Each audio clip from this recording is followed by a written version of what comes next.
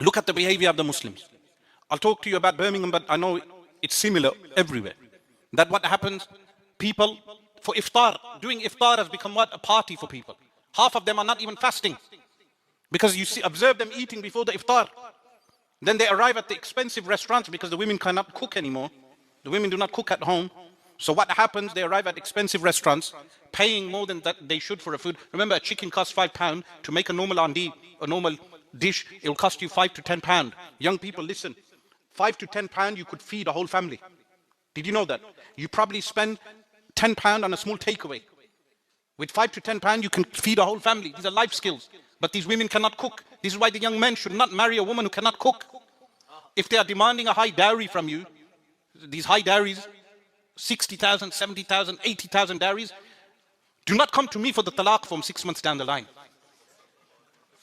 Because you're stupid enough to pay high dowries to a woman who cannot cook, who does not wear the hijab correctly, and then will demand for you to take her to Tipu Sultan for a dinner, for iftar, and you're spending £60, expecting the man to earn more than £3,000 a month, more than that, to fund her expensive lifestyle, so she can buy designer goods, and then have a car that the man cannot afford. He gets the car in finance. Then they land at Ladypool Road. And then what happens? They eat and behave like animals by throwing the rubbish on the road. This is what happens. They throw the rubbish on the road.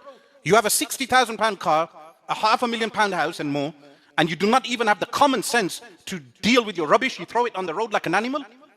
That is the state of these people.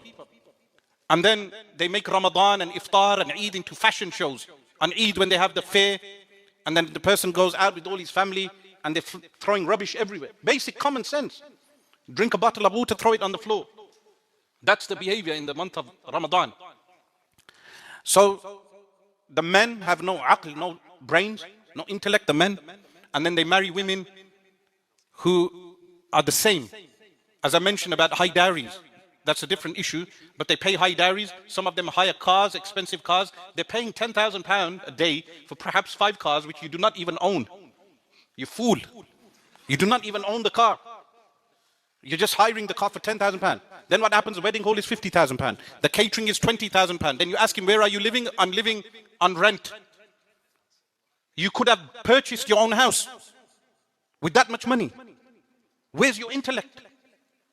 That is the type of community we're dealing with in terms of materialistically. They've become so materialistic that they want expensive weddings, £50,000 halls. I'm telling you, young men, do not be stupid.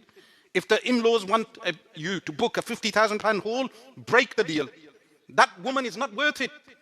Because if a Sayyida Fatima radiallahu anha, the best of women, did not demand high dowries with the best of men, Sayyiduna Ali radiallahu anhu, best of people, they did not demand these type of things.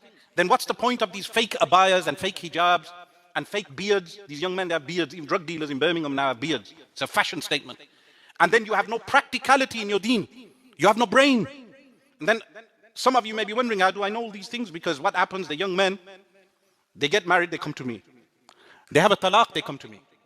And then you must have heard recently, I announced I do no nikahs and no talaqs. Because of these experiences, I'm going to give you advice in lectures that the best nikah is the cheapest dowry.